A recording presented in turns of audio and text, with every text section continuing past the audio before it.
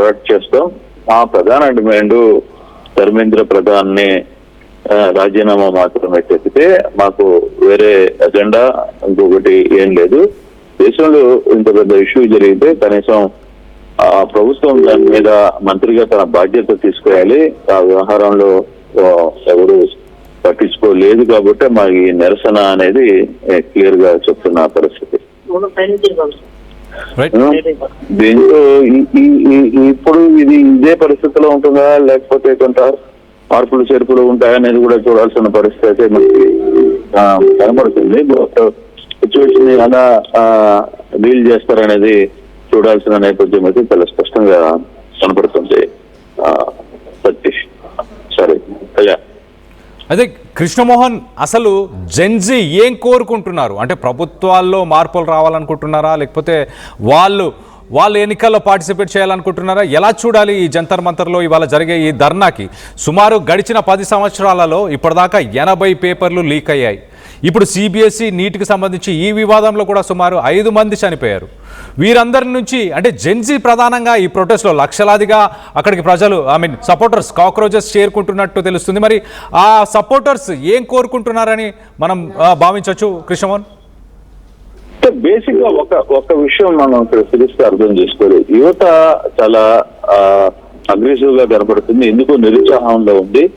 దేశంలో జరుగుతున్న అవినీతి, తర్వాత ప్రధానంగా కొన్ని వ్యవస్థలు, న్యాయ వ్యవస్థలు జరుగుతున్న కొన్ని కావచ్చు, లేకపోతే కళ్ళ ముందు పోలీసు లాంటి సంఘటనలు, లేదు ఇప్పుడు విద్యా వ్యవస్థలో జరుగుతున్న తీరు, నిరుద్యోగ యువతి అంటే ఉద్యోగాలు లేకపోవడం, నిరుద్యోగ యువతి పెద్ద ఎత్తున ఈ వ్యవహారాల మీద ప్రభుత్వాలు చెప్తున్న మాటలు వేరు, అధికారంలోకి వచ్చిన తర్వాత వాళ్ళు వ్యవహరిస్తున్న తీరు వేరు. సో ఈ యాంగిల్లోనే కొంత ప్రభుత్వాలు పెద్ద ఎత్తున నిరసనలో ఉన్న మాట అయితే వాస్తవం. సో ఈ నిరసన ఈ వ్యవహారం మాత్రం నిరుద్యోగుల్లో ప్రధానంగా యువతలో పెద్ద ఎత్తున ఒక నిస్పృహ ఇవన్నీ కూడా చూస్తున్నాం. అందుకే వాళ్ళు కొంత ఏదైనా ఒక విషయం జరిగినప్పుడు మనం ఫర్ ఎగ్జాంపుల్ కాక్రోచ్ జనతా పార్టీకి సంబంధించిన వ్యవహారంలో మనం చూసుకుంటే ఏకంగా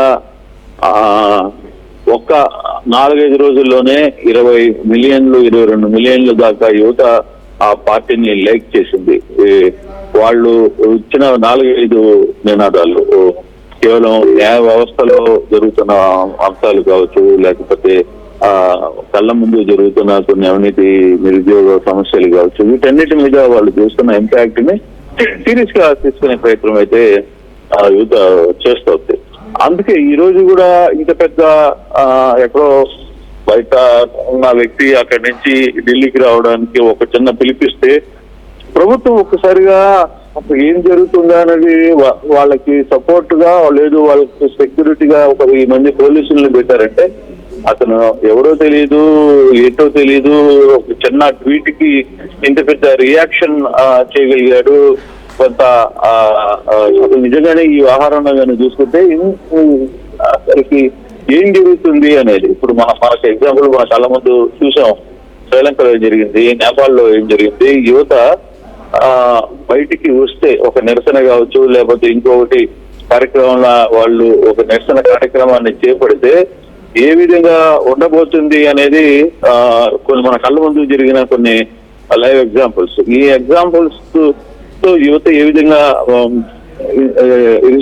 ఇరిటేషన్ లో ఉంది, లేదు అసలు వాళ్ళకి ఉద్యోగ భద్రత లేదు, ఉద్యోగ వ్యవస్థలో జరుగుతున్న అన్యాయాలు, రాజకీయాలుగా పొలిటికల్ గా జరుగుతున్న కొన్ని అంశాలు, వీటి మీద పూర్తిగా మాట్లాడుతున్న పరిస్థితులు, ఇవన్నీ కూడా వాళ్ళని కొంత గందరగోళంలోకి నెట్టేస్తున్న పరిస్థితి. అందుకే ఇప్పుడు ఈ క్షణంలో అభిజిత్ ఆహారం కావచ్చు, లేకపోతే ఇంకో ఆహారంలో కూడా కావచ్చు, ఏమి ఇప్పుడు డెసిషన్ ఇప్పుడు ఏమన్నా డెసిషన్ తీసుకునే పరిస్థితి ఉంటుందా, లేదు అసలు ఏం మాట్లాడబోతున్నారు అనే అంశాలు, వీటన్నిటికీ కొంత చర్చ జరిగే పరిస్థితి అయితే కనబడుతుంది. యువత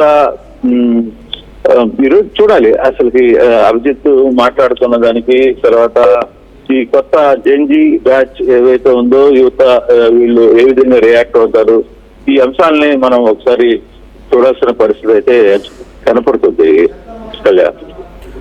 రైట్ కృష్ణమోహన్, అయితే ఈ ధర్నాలో పాల్గొనడానికి ప్రముఖులు ఎవరైనా వస్తున్నారా? ఎవరెవరు వచ్చే ఛాన్స్ ఉంది? ఇప్పుడు కాశ్మీర్ నుంచి సోనం వాంగ్చుక్ కావచ్చు, అలాగే అన్నా హజారే పేరు వినిపిస్తుంది, ప్రకాష్ రాజ్ దాన్ని సపోర్ట్ చేశారు, అలాగే ఇతరులు కూడా కొంతమంది సపోర్ట్ చేస్తూ వస్తున్నారు. సో ఎవరైనా ప్రముఖులు కూడా పార్టిసిపేట్ చేసే అవకాశం ఉందా దీనికి? బేసిక్ గా ఎవరిని పర్టికులర్ గా వాళ్ళని రమ్మని ఎవరిని సిజెపి అయితే తెలవలేదు. కాకపోతే చాలా మంది ఈ ధర్నాకి నిరసనకి అన్నా హజారే లేకపోతే ప్రకాష్ రాజ్, కొంతమంది నేతలు ఢిల్లీ స్థాయిలో ఉన్న కొంతమంది నేతలు అయితే బహిరంగంగా సపోర్ట్ చేశారు. యువత కదిలి వెళ్ళాలి, ఇప్పుడే ఇది ఆసన్నమైంది అని చెప్పే ప్రయత్నం అయితే చేశారు. సో ఈ ఇష్యూ ఇప్పటికి జరుగుతుంది, కానీ ఎవరు హాజరవుతారు దానికి ఏదైనా ఇది ఆర్గనైజ్డ్ లేదు ప్రీ ప్లాన్డ్ ప్రోగ్రామ్ కూడా కాదు. జస్ట్ ఒక 3-4 రోజుల ముందు ఇట్లా మేము వెళ్ళాలనుకుంటున్నాం, ఇట్లా జంతర్ మంతర్ నేను ఇట్లా ఢిల్లీకి వస్తున్నాను, వస్తే జంతర్ మంతర్ దగ్గర నిరసన తెలుపుదామా అనే ఒక ప్లాన్ ఆఫ్ యాక్షన్ జస్ట్ ట్వీట్ల ద్వారా జరిగిన సందేహం అని చెప్తే దీని వెనకాల ఒక మొబిలైజేషన్ లేకపోతే ఇంతమంది ఉండడం, ఆర్గనైజ్డ్ చేయడం, మాపుని తరలించాలనే ప్రయత్నం చేయడం, తర్వాత ఫండింగ్ జనరేషన్ చేయడం, ఇవన్నీ ఎక్కడ జరగలేదు కదా.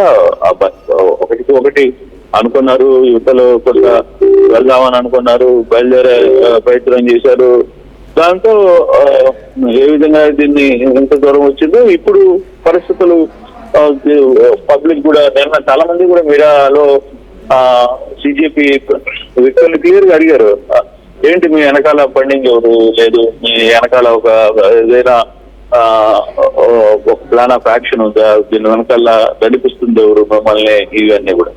దానికి వాళ్ళు చెప్పిన సమాధానం కూడా ఒక ఫ్లెక్స్ కట్టుకున్నాం, ఒక ట్వీట్ లో చేశాం, పబ్లిక్ పిల్లలు యువత ఏం చేయాలని అనుకుంటుంది, వాళ్ళ దగ్గరికి రావాలనుకుంటున్నాం, 100 రూపాయలు పెట్టి ఆటో ఎక్కితే జంతర్ మంతర్కి వస్తారు, దీంట్లో మొబిలైజేషన్ కో ఇంకొకటికో లేదు. ఇక్కడ యువత అనుకుంటే ఏదైనా సాధించగలదు, ఏదైనా చేయగలదు అనే ఒక అంశంలోనే భాగంగా మనం కానీ చూసుకుంటే ఇదే వ్యవహారం జరిగిన తర్వాత ఫెడరల్ క్యాబినెట్ లో కూడా మోడీ చాలా క్లియర్ గా చెప్పారు. అసలుకి చూసారా ఒకసారిగా యువత తీసుకున్న నిర్ణయాలు ఎంత స్పీడ్ గా ఉంటున్నాయో, ఈసారి రాబోయే రోజుల్లో పూర్తిగా కూడా విస్తరణలో కూడా క్యాబినెట్ లో యువతనే ముందుంచాలని ఒక అనుకుంటున్నానని చెప్పి కూడా ఆయన మాట్లాడే స్థాయికి వచ్చారంటే ప్రభుత్వం ఒక వారం రోజులు ఏం జరుగుతుందో అర్థం కాక ఇదేదో ఒక ఉద్యమం లాగా బయటికి వచ్చే పరిస్థితి ఉంది అని భయపడేది కొంచెం ఏం జరిగిపోతుంది ఇండియాలో. కానీ ఇప్పుడు అటువంటి సిచ్యువేషన్ ని కంట్రోల్ చేయడానికి శతవిధాలుగా చేశారు. ఒకవైపు దాన్ని ఎక్కడికక్కడ సోషల్ మీడియాలో దీన్ని పాకిస్తాన్ అనో లేకపోతే ఇంకొకరనో ఎట్లా వివిధ రకాల ఇష్యూస్ ని ఎట్లా నడపాలో ఆ విధంగా నడపాలి అనే వ్యవహారాన్ని